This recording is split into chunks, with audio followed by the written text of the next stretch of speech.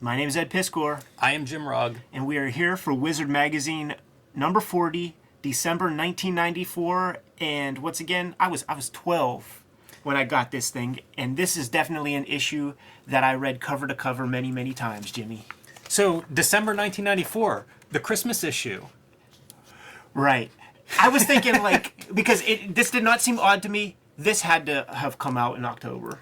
Yeah, absolutely. Yeah, that's tongue-in-cheek because it is clearly the Halloween issue, and it starts on the cover with this little haunted house violator scene. Couldn't find it on Instagram. Perhaps Greg Capullo took it down, but on his Instagram, he had this cover, and he had a snapshot of the house he used for this right here, which was just perfect.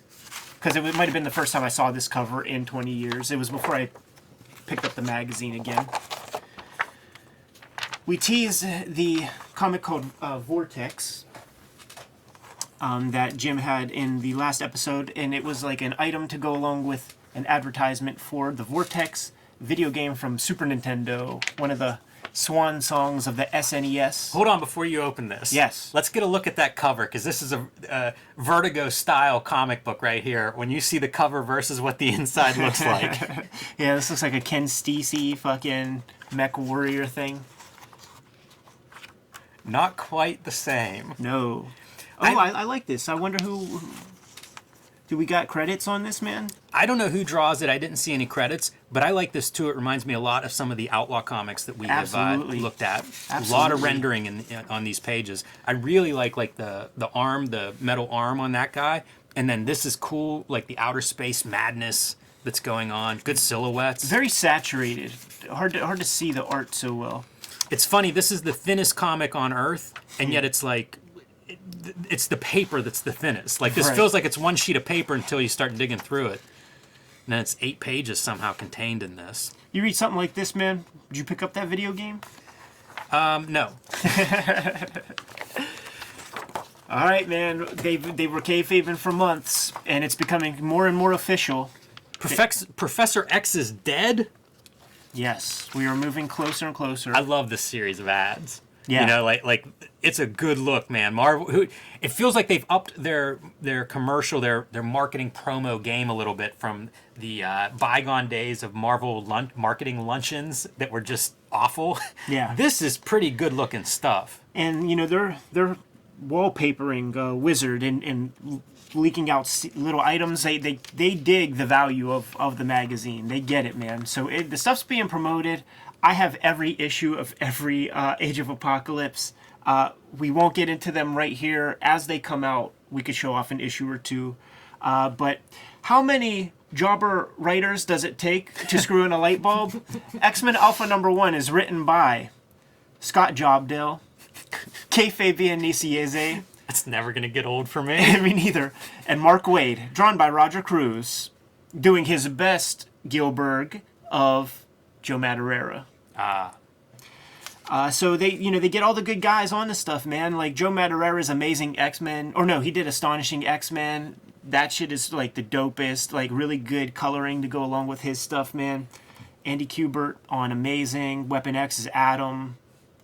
I forget who's X-Man. X-Man to me was the most uncool of all of them, and that got a regular series. So Yes. It's like, of course, right? The least cool thing gets the fucking regular series. It happens every time. It's so predictable. One that I really liked was the Generation Next. Yeah. I think that was Chris Bacalo on that, probably the regular Generation X team. Yeah. But that was a fun one. Yeah. And this is Factor X would have been Epting, Steve Epting. He was doing X Factor. Pre-cross-gen Steve Epting. Yeah. They got 2,379 letters this month, Jimmy. And this is the best they could come up with. Yeah, it's funny. I have no notes on any of the contents of the letters this issue, but I love that number because they point out that is the record number of letters that they've gotten. And Wizard's been, very successful pretty much from the get-go. Right. But the comics industry has nosedived in the last year or so, and Wizard's at an all-time high in terms of people writing them letters. I was surprised by that. It doesn't feel like that makes sense. It's interesting how things are playing out too, because as we accumulate podcasts, as we keep doing this, there are more and more people who are coming out saying, I've been waiting for you to get to this issue. This is my first issue. 37 was my first. It existed for 4 years before I even heard the name, the title of the mag. What it makes me think is the number of readers and the number of people engaging with comics may not be down. It may be that there are so many comics being offered now that the pie slices are getting smaller and smaller. So, Wildstorm is no longer selling 1 million issues, they're selling 200,000, but they might have how many titles that are selling 200,000? They may be selling more issues of Wildstorm books in a month than they did when Wildcats was the only issue coming out. I wonder if there's more response to Wizard, if Wizard seems to be flying high as always, maybe the number of people are still up there. It's just that who's buying what. There's no consensus book of everybody's buying, 8 million copies of X-Men #1. Right. Or everybody who's the reader, whenever Gary Groth was doing his piece about there might be 800,000 readers, maybe they're buying just one copy.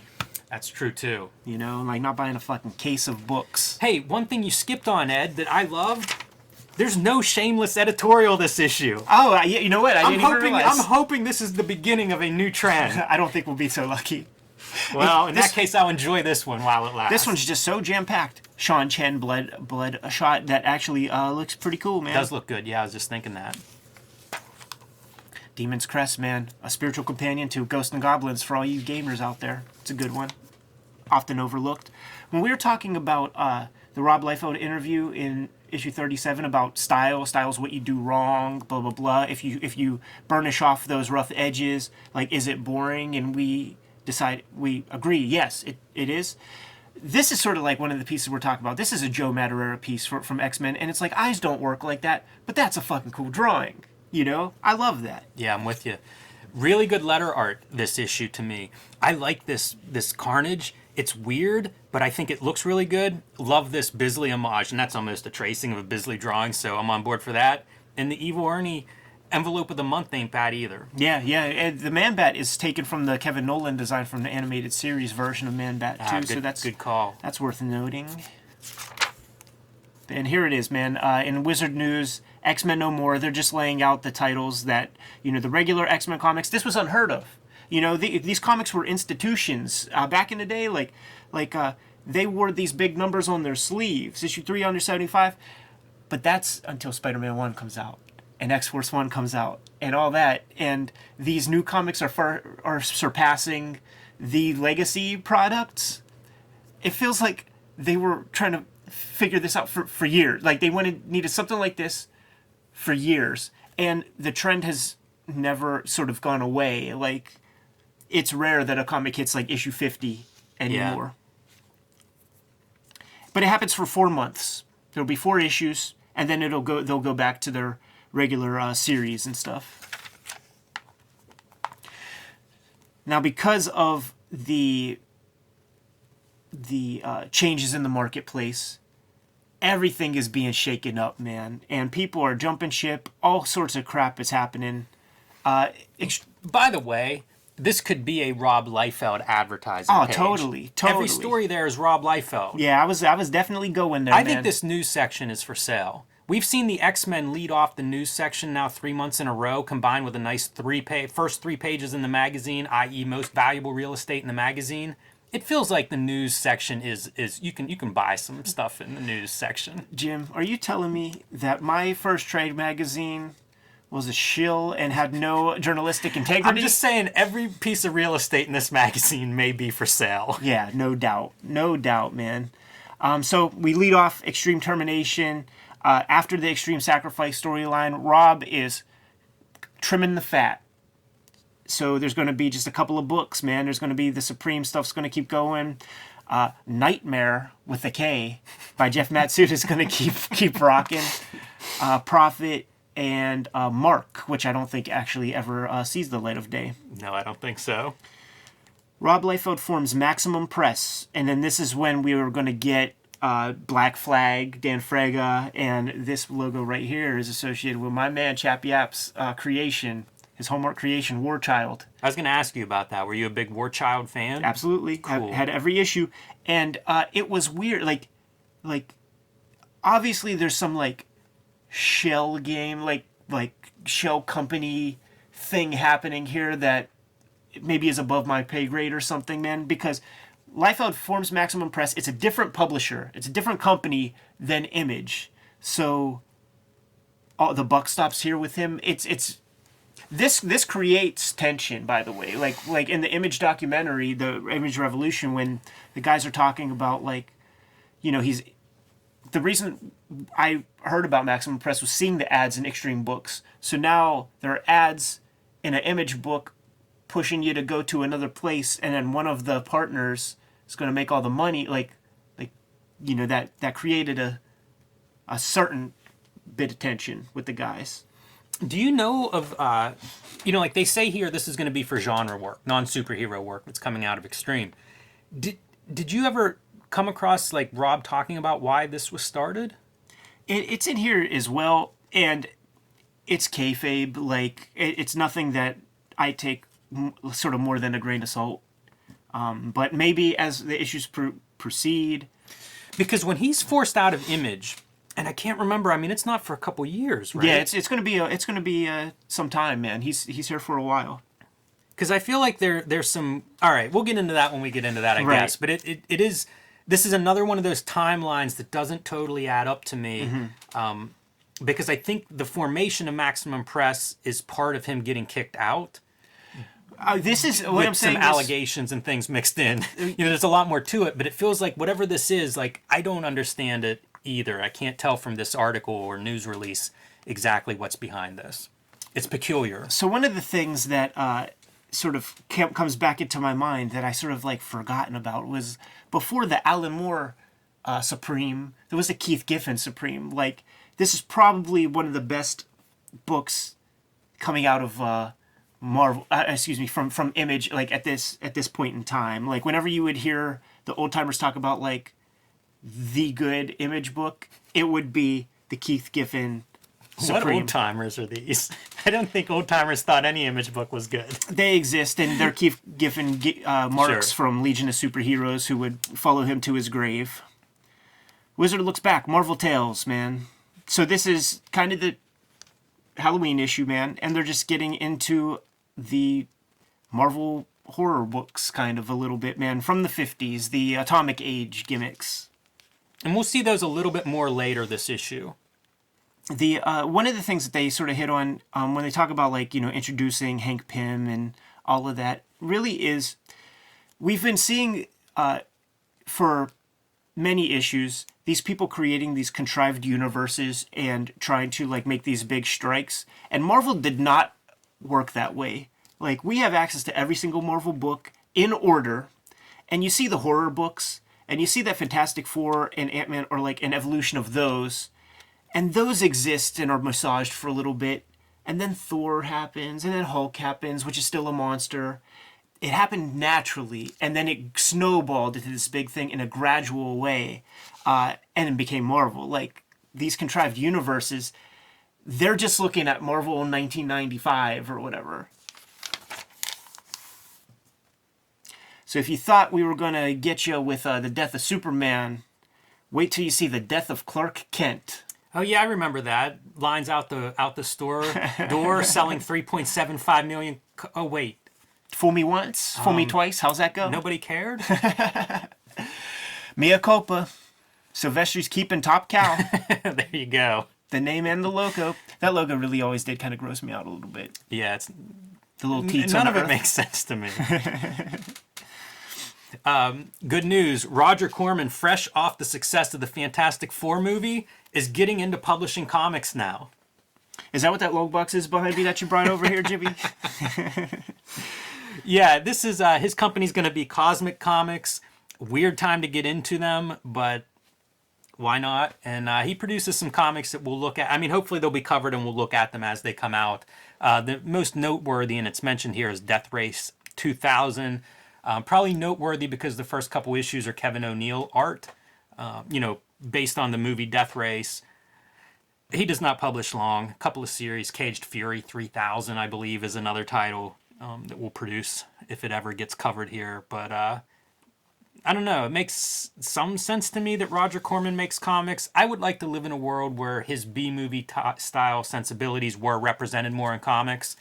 And it seems like today's comics have kind of gone in that direction with more genres. Odd timing for this one, considering where the comics industry is. And maybe it's something that was in the works for a year or two before they actually announced this.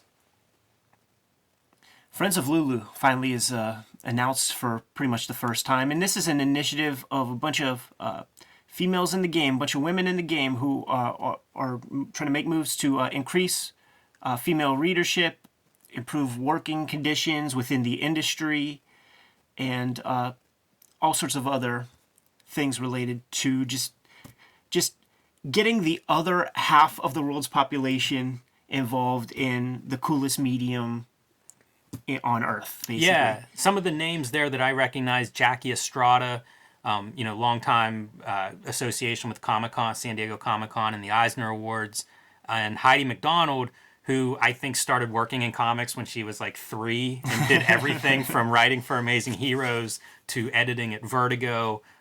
Currently runs The Beat, one of the few comics. I don't know if journalism's the right word, but one of the websites that covers It's like a an lot aggregate blog of comics coverage. So, pretty good list of people there, and some that are still around and involved in comics.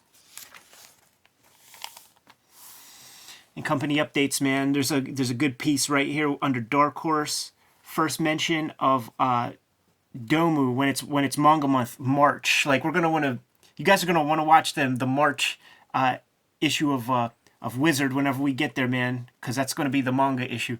And Domu is announced, Katsuhiro Otomo. That's super awesome. And Ghost in the Shell, Masamune Shiro. Man, that is, talk about heavy hitters. And there were very few, manga like that were really connecting. Ninja High School don't count, like that kind of stuff, man. When those two things come, the world changes. Yeah, I think that's fair to say. Definitely, like the fandom in America changes in a big way. When you go to like the Suncoast Video, there's now a whole section of like anime. Yeah, absolutely.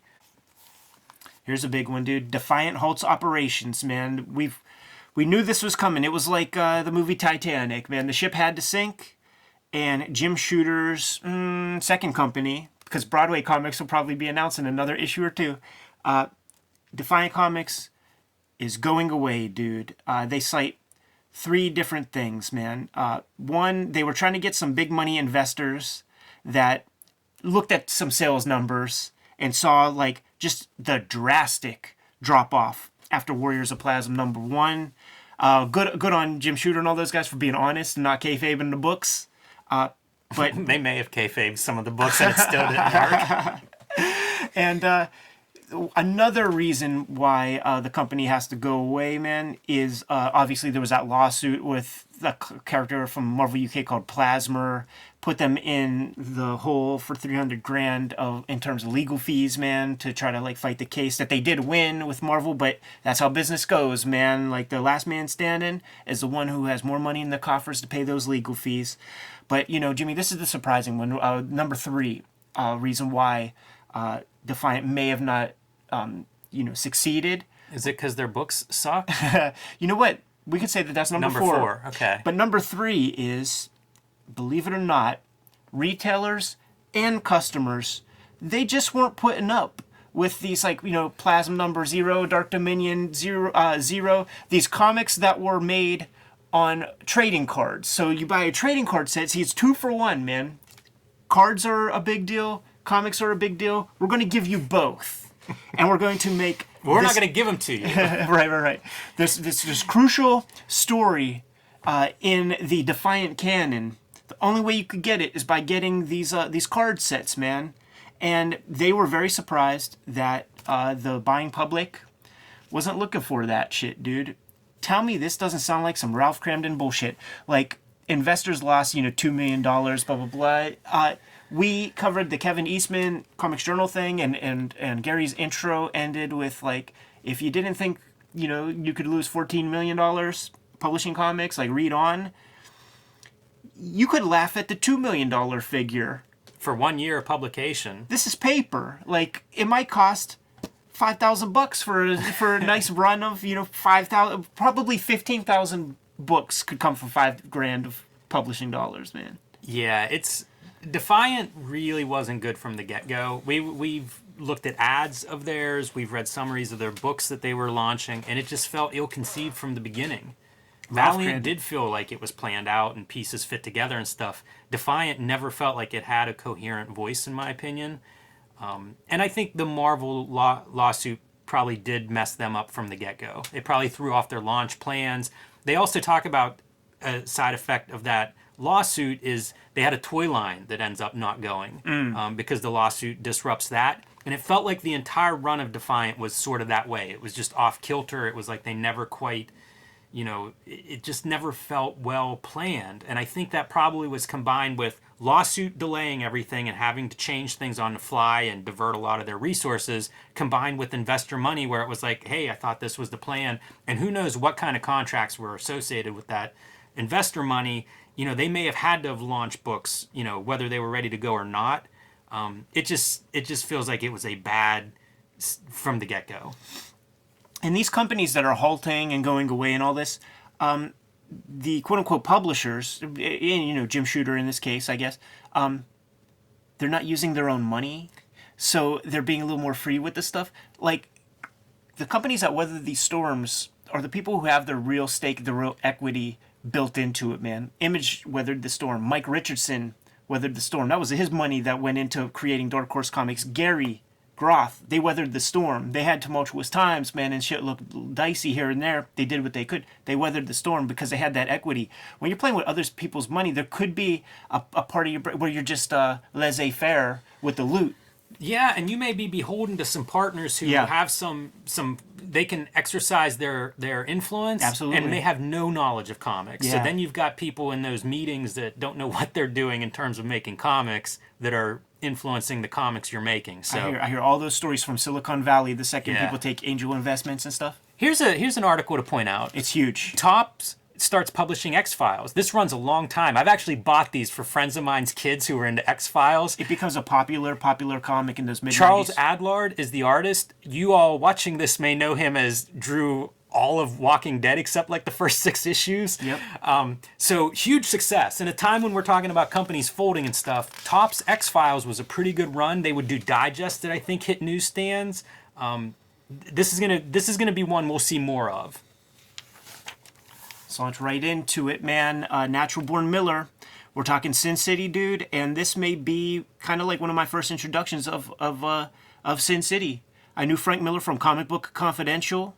I knew his name from interviews with like Liefeld and whatever. I read Spawn 11, but I really wasn't fucking with his work that much. Take a minute and appreciate this photo. Probably the best looking picture of Frank Miller I've ever seen. His moody ones on the back covers of some of those Sin Cities I like a lot, man, in a nice little window. That's the one I always think of as Dark Knight. He has a picture on the back, and it's the one in the window, very shadowy. Right. Very noir. So he's back to comics, man. He had some success with Sin City. This is post-Hollywood Frank Miller we're talking to. And it's... I've read great Frank Miller interviews with Gary Groth. There are books compiling these things. So, I mean, for the purposes of Wizard, we'll call this a career retrospective. I called it a career Cliff Notes. Perfect. I wish I had your vocabulary, man. They do start with some hot territory of Marvel are thieves. This is in regards to their treatment of Jack Kirby, but man, he comes out guns blazing. And, he's had good relationships with Marvel and says so, but is very critical of their dealings with Jack Kirby. And the way, he's calling all of us out. The way that Marvel treats its talent and what the talent has created and how they exploit it, it's creatively bankrupt. It's just taking these guys, what they made, and just really dissecting it for every ounce, every penny they can get out of it. Pretty harsh stuff.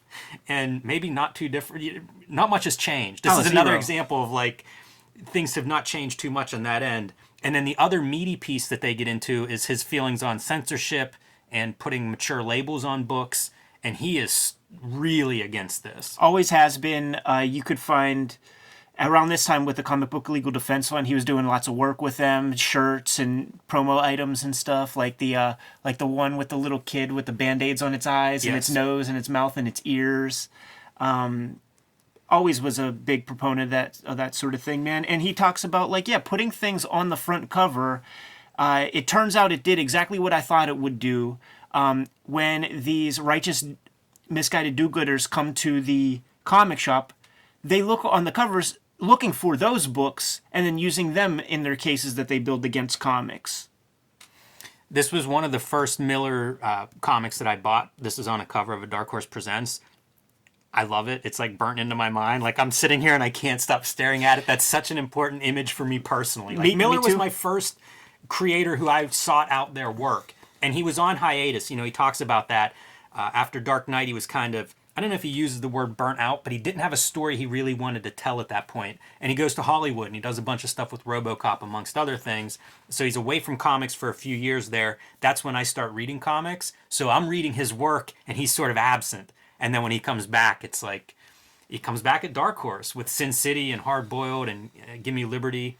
And this was the one, though, I remember buying that issue and it's just like, man, what a character, what a drawing. It's all there. Like I was so excited when he came back. Picture this, you know, like I don't know his work that well. I get this issue and this is my first introduction to Marv right here. This image right here. What do you remember your thoughts? Because that is a does not look like Batman. I immediately went out and got the first trade. I got the trade of this and the trade of Dame to Kill For, which is kind of being promoted here. It's like the trade of Dame to Kill For and the first issues of Big Fat Kill are in the mix here, man. But I ran out near immediately and got my hands on this, and it was weird because this was not associated, like this image was not even in the book, so I'm like, well, okay, well, whatever, and the book wasn't color, so I'm like, you know, all the thoughts that I had were just like didn't work, man. Once again, he tells the same story that he told about, you know, getting his early Marvel works, you know, Peter Parker, Spider-Man, guest starring Daredevil. He was stoked to work.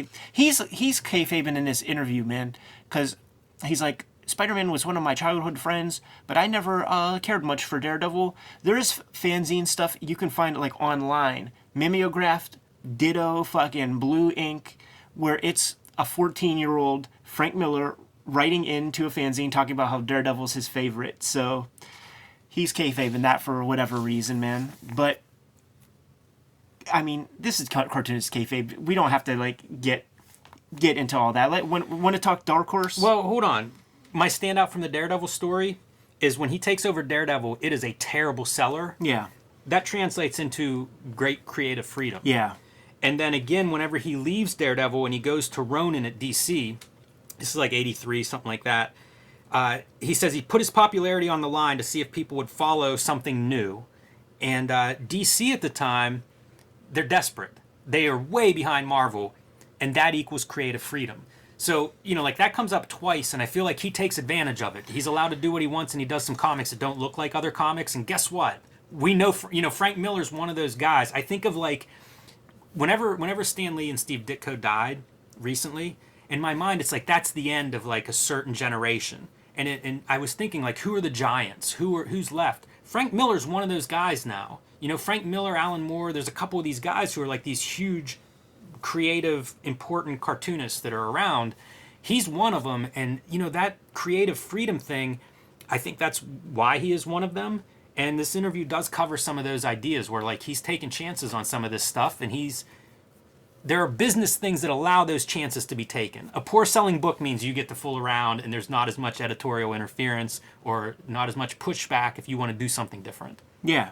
So when he goes to DC, the competition, Marvel exists, but also there's these new independents coming into the game, so they need to figure out some things.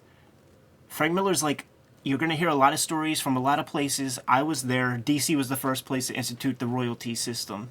And with all of his barking about Marvel, all this kind of thing, and this goes with like all of these guys, Alan Moore, who you just mentioned, who famously like doesn't accept, you know, the movie money and all that. You can do that when you get good royalties on a fucking super perennial seller that is constantly churning and being replenished and reprinted, man. You know, these guys, multi-millionaires on the strength of one or two books, and he has probably a dozen, half dozen multi-million-dollar yielding books for himself. You could take those positions, man. Waxes about Mazzucchelli a little bit, saying that like it's as close to perfect comic art as like I've ever seen. So, dude, I'm a kid. I'm reading these words. I need to get a hold of the comics that have the best, comic art. Little did I know. Oh, I know you, Frank Miller. Like, I was picking Batman comics up regularly as a little kid, and I had like 2 issues of this. Like, this one doesn't have the comics code, and I wonder if that's why I wasn't able to get that at the grocery store. Interesting. Just looking at that. But I have 2 issues. Got them at like the regular spinner rack at Shop and Save, man. But what I'm saying is I read these words about like the praise that they're giving these people, and this creates the marching orders for me to now seek out more comics and to build my taste and vocabulary. I'm 12 years old and I'm done. Like, Image is over already, man. Those old dogs, they did their thing. I couldn't read it. But I loved the medium, and it was such a constant. I needed new stuff, and this article gave me places to start looking. Give me liberty, collaboration with Dave Gibbons. Let's marry up the artist from Watchmen with the writer of Dark Knight Returns and make a thing. That sounds like a can't miss. I don't remember loving Give Me Liberty, and it's one I'm curious to revisit because I read it when it came out and haven't read it since. I have a theory about this story and this collaboration. Now, I'm not saying this just because it's 2 like black female characters, but I think what this is a version of, this is Dave Gibbons and Frank Miller's version of Halo Jones. Like, Alan Moore did not and will never complete his Halo Jones saga, but the way that comic worked was we're going to like do these several books and we're going to kind of chart the life of this character as she has adventures and overcomes many, many, many obstacles, and we see her in different stages of life, and the next time we see her, like, a lot has transpired in between, and then you'll slowly like learn those things. I think this was like their shot at like doing a Halo Jones type comic, man, because like every time you see Martha Washington, she looks a little different. She has a little bit more scar tissue from some things that she's seen, witnessed, and overcome. Halo Jones ain't that different, man. Yeah, that's interesting. It's one I wouldn't mind revisiting just because it did not hit with me at the time. Yeah. And I was on board with a lot of stuff at that time, from these creators. Let me ask you, how about Hard Boiled, man? I loved Hard Boiled. It was a revelation to me. And I like what he says about it. It reminds me a little bit of Elektra Assassin in that he wrote a script and then he got the art back and threw his script out and started again. And that was always, like, that's one of those pieces I remember, if not from this interview, then from wherever else he was talking about it. But Hard Boiled was the first time I ever saw Jeff Darrow's work, and quite frankly, the first time I ever saw anything that even looked remotely like that. Like, you're looking at that thing with a magnifying glass and seeing naked women and violence, and it was like, that was a lot for me. It was probably a couple years before, a year or 2 before this, I think, when they came out. So I'm probably 14 or 15, and it's just like I'd never seen comics that looked like this, and loved it. Yeah, it took me a long time to get Hard Boiled, man. Was super stoked when I got my hands on it. But another thing they're sort of promoting here that's going to be available soonish is Big Guy and Rusty the Boy Robot. I like it too. That's a fun comic. I didn't read that back in the day, but I've read it since, and I really enjoy it now. It's an all ages book compared to Hard Boiled, and it's kaiju and stuff. Like, it's all the stuff they love. It's a nice combination. It's all the stuff they love. It was in the Wizard 25, 26, whatever. They had another Frank Miller interview where he said something about, give me a VHS tape full of Astro Boy anime and I'm a happy guy, and Rusty has the Astro Boy haircut. It's all the stuff that they love, man. Funny to think of Miller with like anime, like manga's obviously, like he's one of those guys that incorporates manga influence in his work very early on, even in Daredevil and certainly in Ronin. But then like the direction his work takes, I don't think about that, but like he was looking at Japanese storytelling a lot back then, so that's interesting to think of him as going through anime and different manga. I'd love to hear him talk about that now, because now everything's available, and I'm curious like what he's looking at from manga. Yeah. Now that so much is available and translated. I mean, back then, I think when he was looking at Lone Wolf and Cub in the early days, it would have been untranslated, I assume. Oh, definitely. And in fact, since we're bringing it up right here, I will put a link in, or Kayfabers, put a link in the comments. because Criterion just did this amazing video where they talk with Larry Hama, Paul Pope, and Ron Wimberly about Lone Wolf and Cub. And Larry Hama talks about discovering Lone Wolf and Cub in like the early 70s at a bookstore in New York City that carries Japanese work. He discovered this comic. He was working in Continuity Studios, brought it there. He said, I filled up a shopping bag with the manga, brought it to Continuity Studios, and those manga all disappeared like within a week or something, man. So he is the guy who found it at this joint, and that might be how Miller first got exposed. Well, think about what Miller would have been seeing when he's in LA for a couple of years in the 80s. Because that's another one of those cities, you know, like Rob Liefeld has talked about having access to manga. Yeah. You know, I know LA had manga. Oh, definitely. Certainly ahead of Pittsburgh. Yeah, when you see signage and stuff at the airport, it's like you see Spanish and you see Japanese on the board, you know? But he would have been there like when Akira's coming over as anime. Right. In LA. So like in the film industry, like I bet there was amazing stuff floating around if you were inclined to that particular stuff. Yeah. And he wrote RoboCop 2 and I guess 3. Did he write number 3? Yeah, I think it was, you know, I mean, all that stuff changes so much. Right. The reason I bring it up, though, is because, like the RoboCop, like, the lineage, if you saw the prototype for RoboCop, it looks like Judge Dredd, like the sculpt. And we covered something that mentioned, it was maybe an Alan Moore interview, where he was talking about turning down writing the script for RoboCop. So is that Paul Verhoeven? Mm-hmm, yeah. Clearly had 1986 like comics on the mind, man, when he was putting that together. Why not get the freaking Dark Knight Returns dude if you can't get the Watchmen guy to write a script? But he has a lot of those similar ideas of like that crime-infested, economic collapsed world, and the hyper-fascism of like, you know, a RoboCop, like who sticks to the letter of the law. Yeah, it seems like a perfect fit.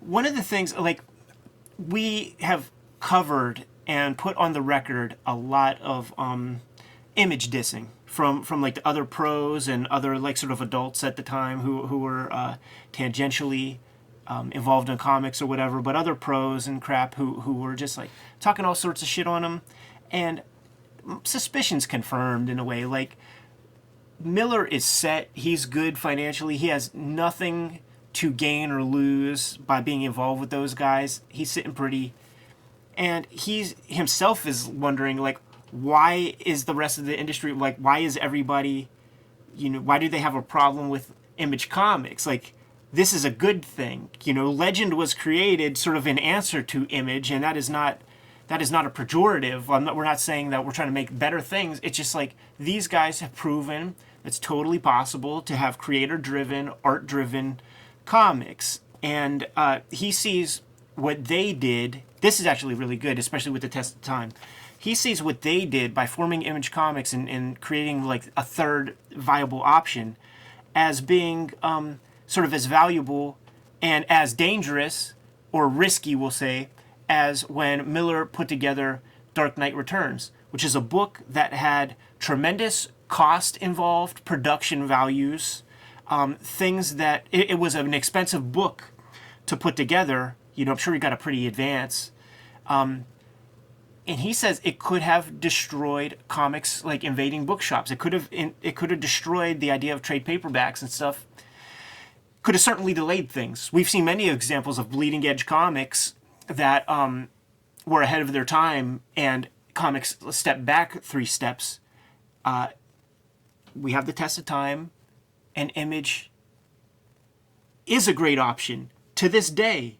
I think that was a very astute observation here. Yeah, he gets into Batman Year One and how that comes out of when he did Dark Knight and developed all these ideas that included backstory on that character, which then basically he gets to use in Batman Year One, which I like that part too. It makes total sense. Like, we talk a lot about writing and craft. And to me, you know, developing that backstory and understanding those characters beyond just the Dark Knight Returns makes perfect sense. And of course, you know, that would lead perfectly, almost seamlessly into going like, let's look at the other end of that. Because I've thought about it and written about it and developed it, even though you don't necessarily see it in Dark Knight Returns. So with this, and like there's like a Neil Gaiman piece a little bit later.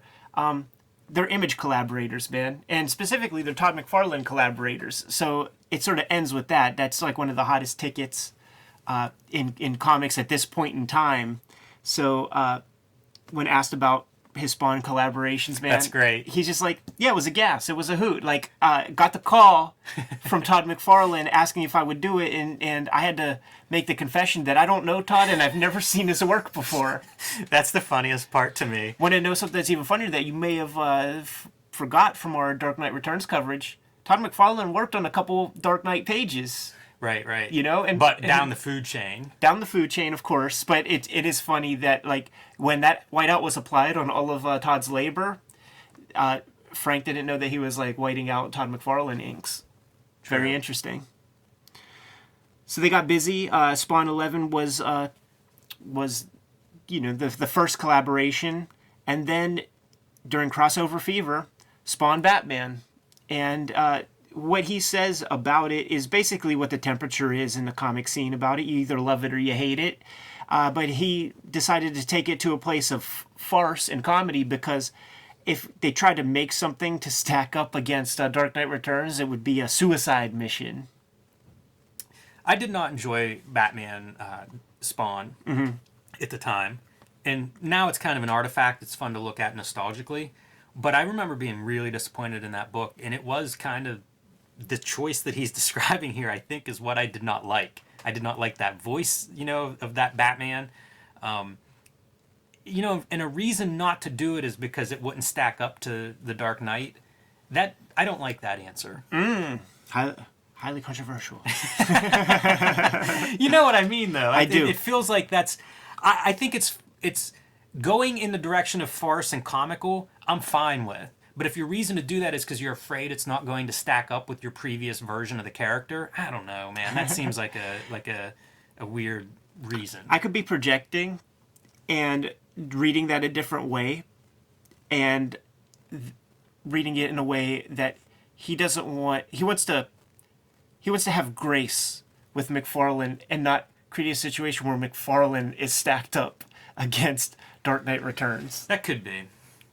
And I'm all for trying something new, you know. Again, it's a reasoning that I'm objecting to, and it's a wizard interview, so let's not put too much weight on it in any direction. So towards the end here, man, promo time. Sin City, Babe War Red, and Other Stories, which was a great innovation in Sin City Comics with spot color. You know, that was a pretty cool thing, and then he would start to use that with some frequency in different applications. Big Eye Rusty, The Boy Robot. Some more Martha Washington is coming down the pike. He is in comics, man. Oh yeah, he's back. And they ask him, dude, well, what about Sin City? Could that be on the screen? And he balks. He's like, after all of his Hollywood talk, oh, that could be fun, but I'd have to direct it. And he will go on to do so, or at least in a co-directing capacity with the great Robert Rodriguez. That's about all for me. Yeah, that's all I have. It's you know, it's a wizard version, as you said. And I have I think at least 3 comics journals with Miller interviews. Right. I've read lots of Miller interviews, so this is a little bit light lifting, but I'm happy it's there. You know, there are some standout articles in these Wizards Year 4 that we've been looking at, and I'm glad to see Frank Miller represented in here. Let's agree to unpack some Miller TCJ interviews, man. There's a lot of good stuff in them. For sure. That's absurd. That's the dumbest looking costume cosplay I think I've seen. From the fact that it's also looks like a grown-ass man doing that. It really points out how not good Exo Manowar's costume is. And it's sort of like, you know, like Alex Ross, like it points out the absurdity of putting a grown-ass man in like a, you know, Crayola. Yeah, describe that. Yeah. Putting him in a Crayola in a crayon box. Oh man, dude, a twofer. Frank Miller into Neil Gaiman. This is a strong issue because there's a couple other articles that we'll get into. This is a strong issue. It is a strong issue. Now, this is ground that we have covered Yes. largely in the past when it comes to Neil Gaiman. One of the things that... Let me start with this, because Yeah. right in the beginning, he says he agrees to an interview because his 11-year-old son, you know, thinks this is cool or whatever. Wizard likes Wizard Spawn, all that stuff. He's not doing this for publicity. My response to that is like, man, if you're his publisher, how do you feel about a guy walking around being like, I'm not going to do interviews for publicity? Like, what? That's weird, right? It's affectation. He's a character. You know what I'm saying? I don't know. It was a strange comment, I thought.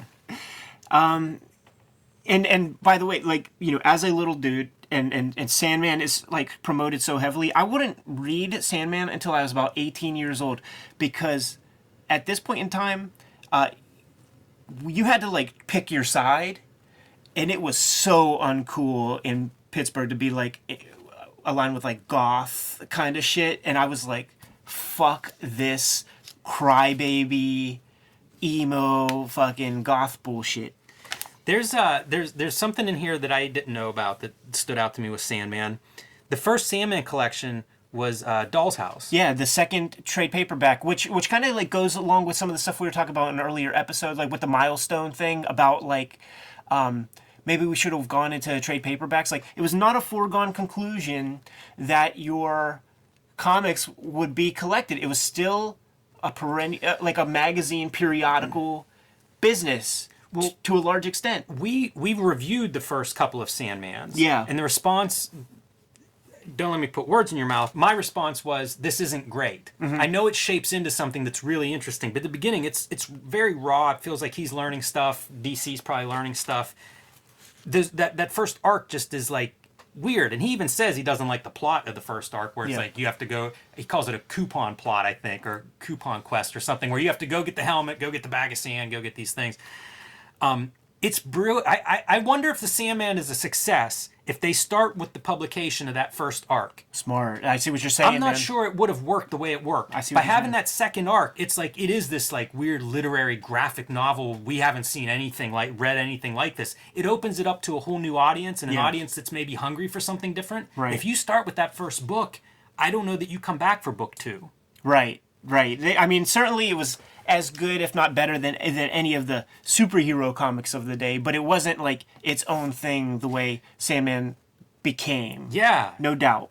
That's a really, to me, I just wonder about that. That's such an odd choice. Karen Berger's a genius, accidental, man. And obviously it worked out great. It couldn't have worked out any better, so it was the right choice. I just wonder, like, if you do the other choice, does it make a difference? And does it...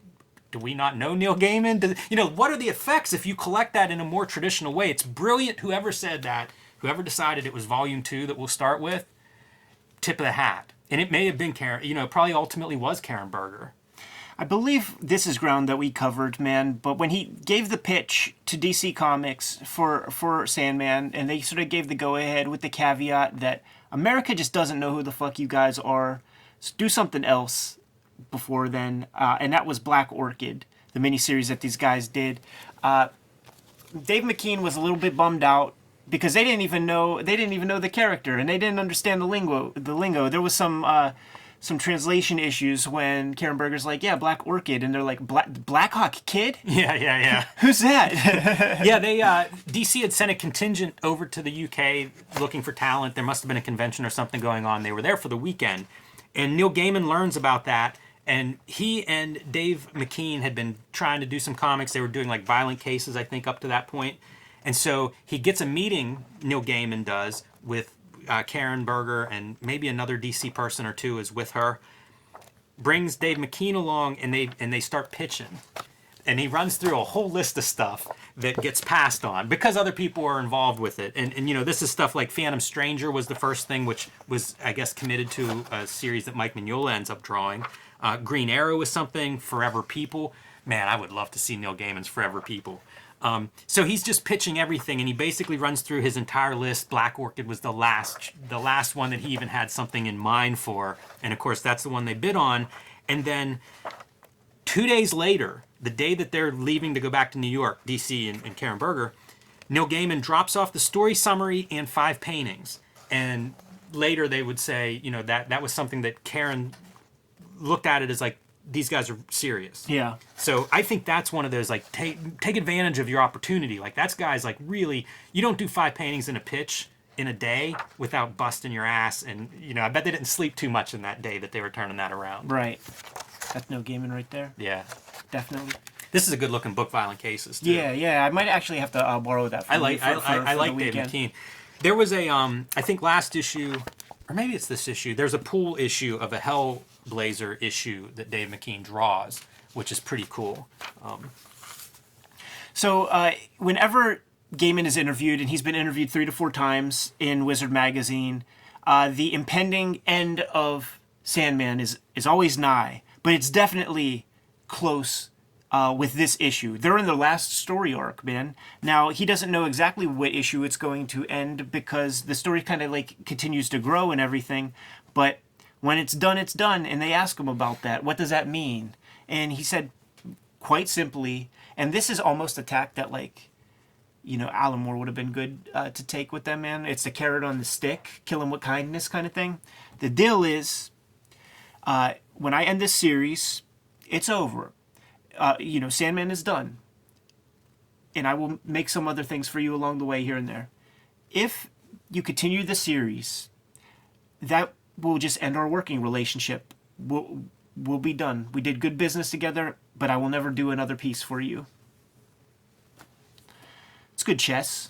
And he comes back and he'll do a little jobber gimmick every now and then, man. Yeah, he's done a lot of work for them since Sandman, for sure. Did a couple Marvel pieces throughout his career, too. The first one being this Alice Cooper Last Temptation comic, man. This is incredible, this story. The description of his experience working for Marvel paints such an ugly picture of Marvel. Absolutely, man. Like, you know, Neil Gaiman is hot. He's riding high. He's doing this work.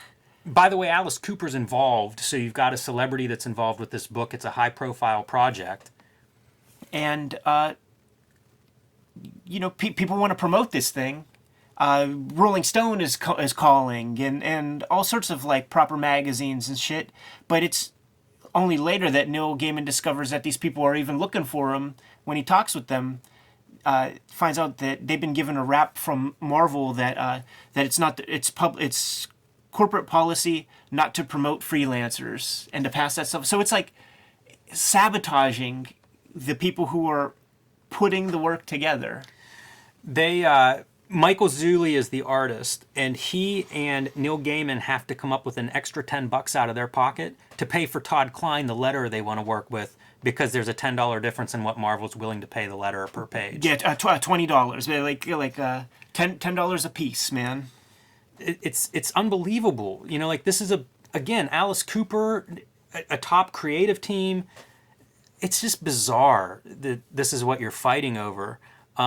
Neil Gaiman's tagline suggestion, because so many of these music tie-in comics have sucked over the years, his suggestion for a tagline was The Last Temptation, Neil Gaiman, Michael Zulli, Alice Cooper. Who says rock and roll comics have to be crap? I don't think they went for that either, but it's kind of surprising and revealing, and this is another one like shooting from the hip. Like, he's just calling it like it was. But you don't see a lot of guys talk this way. And there's another instance in this interview where Neil Gaiman lays out some information like that.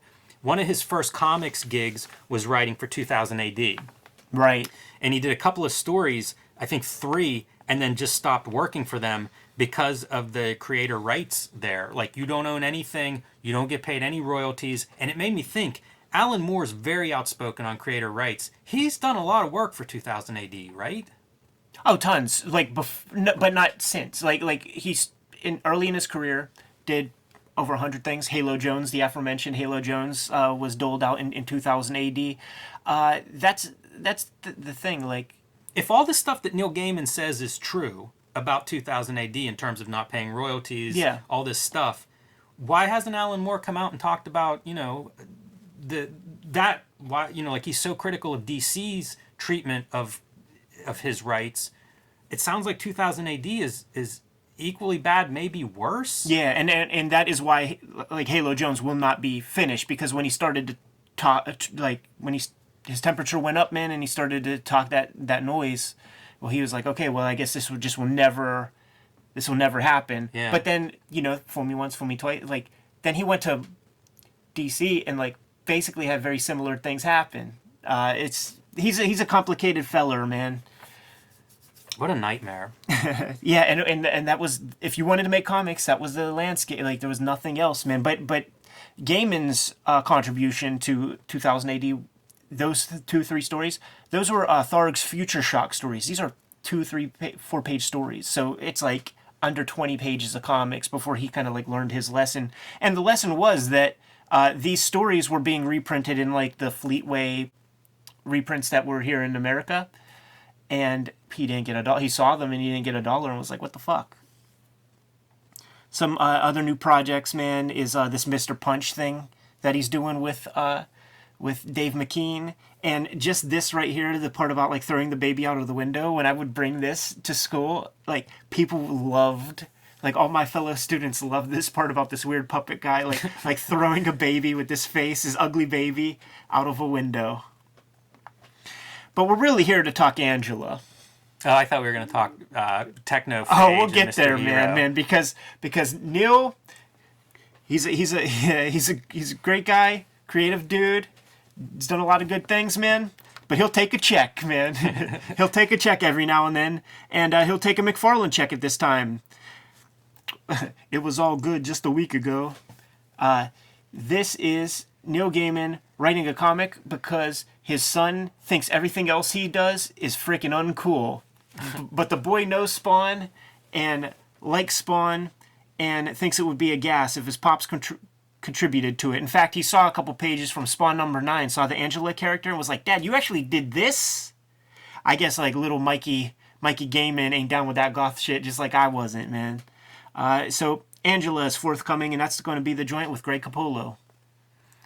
Yeah, it is interesting to read this stuff knowing how this turns out. Like, we're going to be reading about Neil Gaiman and Angela and Todd McFarlane for a long time. Expensive collaboration, man. Miracle Man is mentioned in here, too. And this is the dying days of Eclipse, which, of course, will feed into the Angela Todd McFarlane story as we get down the road.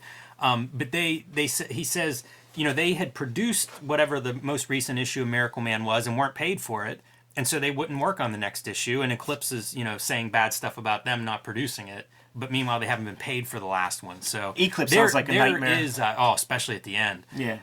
Yeah, we've seen so many news stories from them, not just in Wizard, but also Comics Journal. Bad stuff at the end. But there's a lot of creator rights info. You know, you go from Miller talking about early days of getting royalties from DC Comics, pressure from the indies, to now Neil Gaiman having a lot of these ups and downs with different companies. And even the company that he thinks it's working with, Image, like that's going to turn on its side, before too long. So, man, the industry, you know, the comics industry, the track record is worse than abysmal. And these are creators. We're talking with creators who maintained their dignity, who kept their dignity, who stood their ground. But they are the exceptions. You know, like most people, they're looking for that check. Man, they're getting screwed over too, though. They're not the exception in that regard. But they're turning up. They're creating the conversation so that little 12-year-old Eddie P doesn't get fucked over when he grows up and becomes a cartoonist. You know what I mean? It's like we all got to take our own kind of lumps and shit. And good on these dudes for talking about it. This is an aside that's probably better served in a weekly. But do you remember whenever you said Nas was like Alex Toth of hip hop? Right. Yeah. In my mind, like that's never left. Kevin Garnett is the NBA player I associate you with. Like, he showed up in the NBA straight out of high school and like went and met his agent in the middle of the night, like 2:00 in the morning with his people. The agent, you know, rubbing the sleep out of his eyes and caught off guard. And that was the plan. That was Kevin Garnett's plan from the get-go, was like catch this guy off guard. But when you describe, like, you find this information of like, this is how to navigate your career from reading between the lines of all this, you know, the previous generation, like Kevin Garnett seemed to bring that acumen to the NBA whenever he was like 18 or 19 years old. And it had to be from like, I don't know where he got his information, because so many athletes, you know, it's like an uncle that has no business sense representing them or whatever. He seemed to show up like he knew what was going on, and I think it is from getting this information from other guys. Like, he tells a story about, I just heard him tell a story about Dennis Rodman, interacting with Dennis Rodman when he was, I don't know if he was a rookie, first year, something like that, but interacting with him after a Bulls game. And that's like Rodman at the peak of his powers in a championship team. but you know, still giving this dude some tips. This young guy in the league, and it reminds me whenever you say, you know, you pull this information out of these articles. More of us need to do that. Yeah, for sure, for sure. I mean, even to this day, dude, like talking with, like involving myself with some publishers, signing my name on the line, hearing nothing bad about them, and then the people in the stable, other cartoonists, telling me all their woes, all the things that suck, and they still keep going back and all that. It's like, fuck you guys forever. Like I got shanghaied into this. Yeah, if you're not happy there, you got to try something else. Yeah. Like whatever it is, you have to change something up. Yeah, for sure, man. Can we talk Technophage, man? I have nothing to say about it, Ed. How about but Mr. go for Hero? it. Are they not the same? I think it's the same, right? This is Mr. Hero, and that's Technophage. Isn't Technophage the bad guy in Mr. Hero? I don't know, but there's also Lady Justice forthcoming. She's going to have a blindfold and a lot of cleavage. And I think she has guns. I really think she has like 2 guns and a blindfold because she is blind. You're right about the blindfold is referenced here. Yeah. I think he like We'll see it. That's Dan Brereton. he says this is quote unquote basically about a blindfold. That's the description of that book by Neil Gaiman. That's a Neil Gaiman quote. Do you know the book? No. I can't wait till you see it. Because I really do think she has guns, but she's blind. And he got a check from Techno Comics for that, man. Techno Comics is unbelievable. Like it feels like a fake thing. Here's a piece that's crazy, and I can't verify this because I would never have a Mr. Hero comic, but written by Rick Veitch. So The spin-off was going to be written by like Technophage or Technophage Lady is Justice or something. Technophage is Rick Veitch. Oh, yeah, so they I don't know have if the whole universe. Technophage actually came out. I don't know how long Techno Comics existed. They are unreal how bad they are. We've been going an hour, man. Keep going? I never want to talk about Techno Comics again, so please, move on. All dressed up, no place to go, man. We got the second costume contest, dude. That one's pretty cool. They're always fun. Imagine how mad your mom would be when she comes down to the basement and sees that you did that in the basement. These things are all so elaborate, like... Yeah. Man. And this is before, like, the term cosplay was, like, coined here, man. But these guys are, like, you know, full on... That dude might be hurt. People. Is this kayfabe? I'm surprised there's not a disclaimer like, please don't send any more pictures like this. The What Were You Thinking award. There's another one with a big flame. And it's a very little kid, man. Like, and I think he might be inside. Wow. All those crows, I looked so hard for my crow photo. It just must not exist. Kayfabers, do we believe Jim? I don't think I could top some of those. That's pretty good. This Raiden is fresh, man, because it looks like he's pinching cotton balls on his eyes to get, like, the white eyeballs. Yeah, it's dedication. Ready to check out number 1, or is there one more that you have to comment on? No, this I'm bitch? good. Look at that number 1, dude. All of these are fucking sick, man. And this is before you could buy fucking Stormtrooper outfits. You had to build that shit. That's impressive. Yeah. That Predator, though, whoa. Incredible. 6 months to make this thing, man. So it's like he saw that costume contest before, and he's like, I better get to work. Drawing board. Some good stuff here, man. Chris Battle had previous artwork in earlier drawing board. Yep. Yeah, I haven't been cross-referencing names, but I have a feeling several of these people probably are repeat offenders. Yeah, I bet, man. I was just reading something. You know, there seems to be at least one Calvin and Hobbes every month. If some of the stuff I read recently was accurate about Watterson, worth $100 million, man, on just the book, you know, the book collections. So that's that much, impressive. yeah. Brutes and Babes, Anatomy 202, man. This is the continuation of last month's. Yeah, I don't know if anatomy his lesson. numbering's quite right. I feel like it'd be 102 or 201 or something, but You know what's we'll funny? go with it. I think that is like that's how it works in Qbert. Okay. So, dude, when I was young and I was wanting to learn to draw comics, you need to know how to draw muscle guys, right? But I don't have access to anything. I have how to draw comics the Marvel way, but that Reed Richards doesn't help me when I'm trying to draw somebody who's diesel as fuck.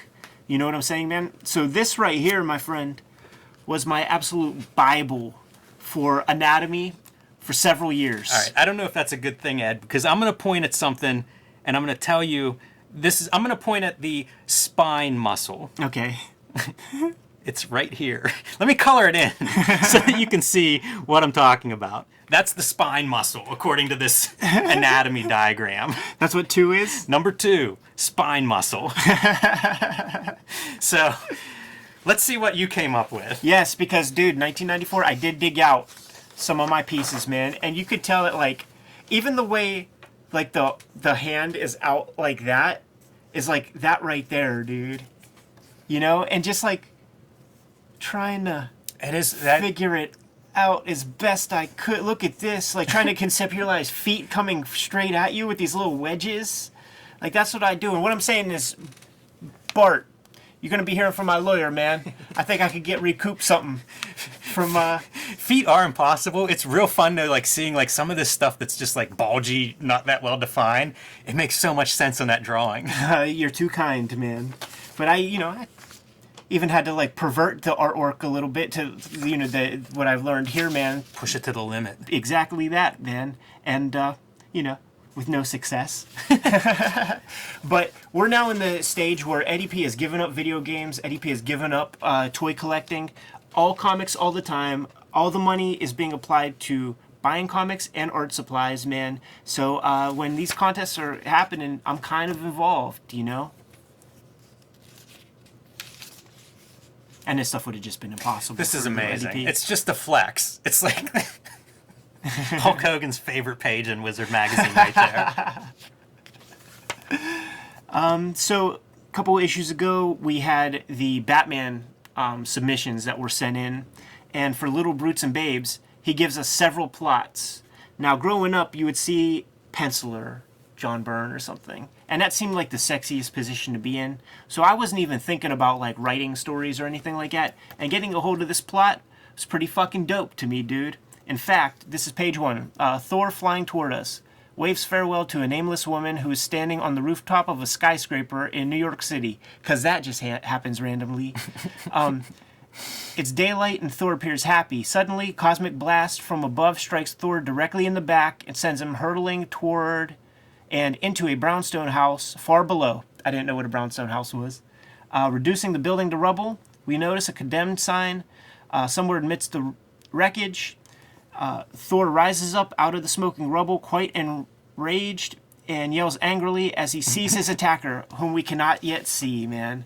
This is all I have left, Jimmy. I'm missing... I have almost everything I drew in my entire young life, except for like one tub of art that has had my most important stuff. It might be at Mom's house, but this is my page 1 of Little Brutes and Babes, man. 12-year-old Eddie, man, doing his best on some typing paper. This delights me to no end. You sent me this as a text yesterday, and I was so excited to see it. It's really cool. The storytelling's very straightforward. I wish that some Marvel comic creators of today, I think, could learn from this. Oh, yeah, I agree. Like, be a little more straightforward and clear in the storytelling. Although I do wonder about him leaving this woman on the rooftop. Is that a flight of shame? Is this the next morning? Like, who is this unnamed woman? That's taking Mile High Club way far, man, because you could take her on that Rainbow Road show or something. Taking advantage of his position, man. I don't think I made much note of anything else. Ooh, Youngblood 8 is coming. Every month. Yeah, dude. Night Saber. I forget her name. I remember. I think it's Sci-Fire. You remember that. You have to take my word for that. Yeah. Cut and print. The film gimmicks, man. You pull anything? I have a couple. One is the Nexus animated feature. I just saw a trailer for this recently. Like, Steve Root has sunk a lot of resources into trying to produce this. And I saw a trailer online. Maybe we'll link to that because it's really, really great if you've never seen it. It looks incredible. This was picked up by Hanna-Barbera, and there's a note in here that heads ruled once the higher-ups learned that he's an assassin. I guess that's not what Hanna-Barbera wanted to get into. Obviously, it was never made. There's another mention of a movie. It's called Jugular Wine. It's a no-budget vampire movie with cameos by Frank Miller, Stan Lee, Henry Rollins, and apparently it's available. So I did not dig in to see if I could find that online, but sounds kind of nuts. And then the last thing if you turn the page, there's a couple of mentions of a TV show. One of them is Inside Comics, and one is Flight of Fantasy, and they're television shows covering comics. Flight of Fantasy covers more than just comics; it does some animation and things. But interesting to me whenever these shows, like a national show, television show about comics pops up, because I am not aware of any of them. So like anytime they're mentioned, it's like, huh, how did this exist in 1994 without me knowing about it? Right.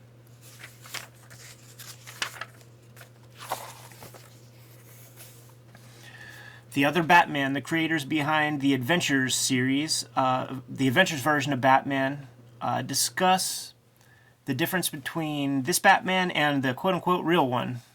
This is great. We talked about this, I think, a couple issues ago. One of these issues was pulled out in the Wizards Picks, and we were talking about how good this series was. Mike Parobeck, a standout. There's some cool stuff in here in terms of how they view the character Batman in this version versus like the regular series. One thing is he's not really human. He's this like ideal hero, which is neat. And the writer says he views the villains as the protagonist. Each issue standalone. So, it's a villain trying to do something and it's Batman foiling them. That's pretty fresh. It's very different than your typical comic. No subplots because they are self-contained. The artists talk a bit about their craft and how simple art is harder because there's nowhere to hide. This was a concept at the time I'm transitioning from, say, Scott Williams' super cross-hatching, pen nib detail inking to a more like alternative comic or even a Mike Mignola simplified style. And so this was a concept that, I really started to think this way. And this is early mention of that kind of thing. And yeah, that always stuck with me as well. I discovered this series. I gave this series a chance because I was taking these like extracurricular like art classes at the Pittsburgh Center for the Arts with Marcel Walker. And at the end, as like a little gift to everybody, he would have like a little grab bag of comics for everybody. It would be like 2 or 3 comics, and it would be random, but everybody would get an issue of Batman Adventures. Like that was like the thing. Like you'll definitely get one of those, and then some other random stuff. And I took that class every season because it would be quarterly. So just started to like amass these things, dude, and I loved Batman as a kid, collected it up until Nightfall when they wanted to force me to like read a bunch of different comics that I never read, and I went away, but I sort of came back because of this, like for this. Like I fuck that regular shit. This thing was much more exciting. It was beautifully designed. Like Richard Starking, before he gets into like the, maybe it was still computer lettered, but like kind of like Art Deco fonts that were very pleasing. The color was beautiful, and it sat on the newsprint really good. So like as an object, these were beautiful comics. And of course, like everything that they were building with the narrative would just be betrayed the second you get to like the Superman Got Milk ad, and you see the airbrushed nonsense, hyper detail fucking drawing of typical superhero comics. Yeah, I also pulled from this good newsstand sales, because I guess as a direct market book, it doesn't sell that well, but they talk about still getting good royalty checks, and so they surmise that it's good newsstand sales. Yeah, and you would, which makes sense. This would be an easy book to buy off of a newsstand. It would appear all ages friendly. It's brighter, more colorful. It all makes sense to me. One thing that is forthcoming, I believe, maybe it already came out, but Paul Dini and Bruce Timm have done or will do a one-shot piece, man. Mad Love. Now, I think it had already come out. I think they're actually working on a Poison Ivy and somebody else 3-issue miniseries, which also eventually comes out. Yeah, I wasn't sure if that came out. So, as a young boy, is this Dick Tracy, by the way? He's fighting. Big inspiration on Bob Kane, man. So, when I saw this ad the first time, I actually didn't exactly know what I was looking at, Jimmy. You thought there was no drug testing policy at DC Comics. Well, I had no idea this was a leg. Yeah, that is. I see a head. Leg. I see two here. I see 2 bulges right here, right? Yeah. Not quite sure what that would be, but I see a 6-pack right there. So I'm like, why is his chest doing done that. I think Rob Liefeld made the same assumption before he took over the Captain America job. Right. I just had, like, that really, like, I studied this to just try to understand what I was looking at, and I think it might have taken months for it to, like, oh, that's his knee. Wow. That's a weird piece of art, because I don't feel like that's how Batman was drawn in that story, right? I had that story when I was a kid. Yeah, I don't remember. I thought he was always more lean whenever Kelly Jones drew him. It's weird how bulky he is there. Kind of makes me want to flip through that book now. Right. Dark Legend, man. We're going to do a little expose piece, man. A career retrospective on Fredrick Wertham. First, we're going to plug a shirt that we made. Oh, yeah. Okay. Yeah. Yeah, Frederick Wertham, the guy behind the Comics Code in a lot of ways with his book Seduction of the Innocent, really threw comics under the bus, so to speak. Yeah. Retarded their development by making them have to be kid safe. You know what? It makes me think about, like, what Frank Miller said earlier about the Dark Knight selling and, like, could have damaged, like, book sales. This guy did set comics back decades, man, in terms of their development and what could be accomplished in comics. Like, a real chilling effect. Yeah, so this article just goes through his whole history, and I like this article a lot. It's a pretty in-depth story. He's a famous psychologist, I guess. It's weird to call him famous, but I mean, he was high profile. He was published. He was writing books and articles that people would then talk about. And pretty early on, he was linking comics to juvenile delinquency and to violent behavior with kids. Like one of his first books, Dark Legend, about a 17-year-old who killed his mother. Right. So, like, this is where he's working, kind of on the criminal side of psychology and youth, criminal youth. And so it just keeps developing out from there, like his work. He built a clinic in Harlem for people who couldn't necessarily afford psychological services, which at the time may have not been covered by any kind of, like, insurance or something. That was quack shit, back in these days. Yeah, this would have been like lobotomies and electric shock therapy time period, right? I mean, this is 20s, 30s, 40s. You're right. Yeah. And in fact, like, his first book is called The Brain as an Organ, and they're saying here that that was not widely accepted by psychiatrists, that the brain was an organ. And I was actually looking on Google, like, trying to discover, like, well, if it's not an organ, like what is it? Couldn't find a satisfactory answer to bring to the table there, man. But yeah, like, discounting the fact, this is one of those, like, this is the reason why when human experiments and stuff are conducted, like, why you need, like, an objective body to look at the data and everything, because this guy is in it and he's dealing with kids and has tunnel vision. It's kind of like you hear in, like, detective things, like, when you have a speculation, like, you have to almost remove yourself and, like, let the evidence do the talking, because this is before TV, this is before, like, radio was around, but, like, this is the dominant form of entertainment. Every kid is reading comic books. So if a kid's going to do something dumb, there's a chance he's going to have comic books in his fucking There's a high house. likelihood he will have comic books. Yeah. So to make that correlation, it feels silly. Like, honestly, it feels like promo. It feels like a way to, like, get your name out there. I think so too. He had an article called "Horror in the Nursery," and to me that's a clickbait title. You know what I mean? Like, this is everybody's biggest fear on earth, right? Is linking some horror with your child. Right. So it's sensational from the beginning, and, like, the response to that was already comics being, like, cracking down on comics, especially in the Midwest and these different places.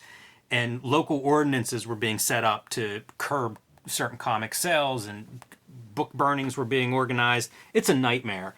Whenever Seduction of the Innocents is finally printed, the comics industry hires a PR firm in response. Like, this was a problem. Yeah, for sure. And the PR firm, like, then solicited their own psychiatrists and psychologists to kind of, like, come up with data.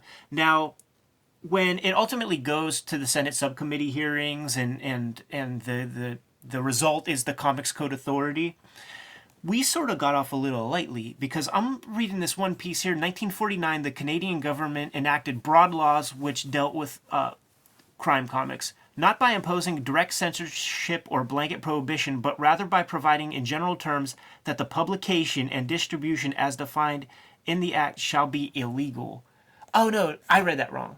Never mind. Like, the publishing isn't illegal. The crime in the comic has to be noted as being illegal.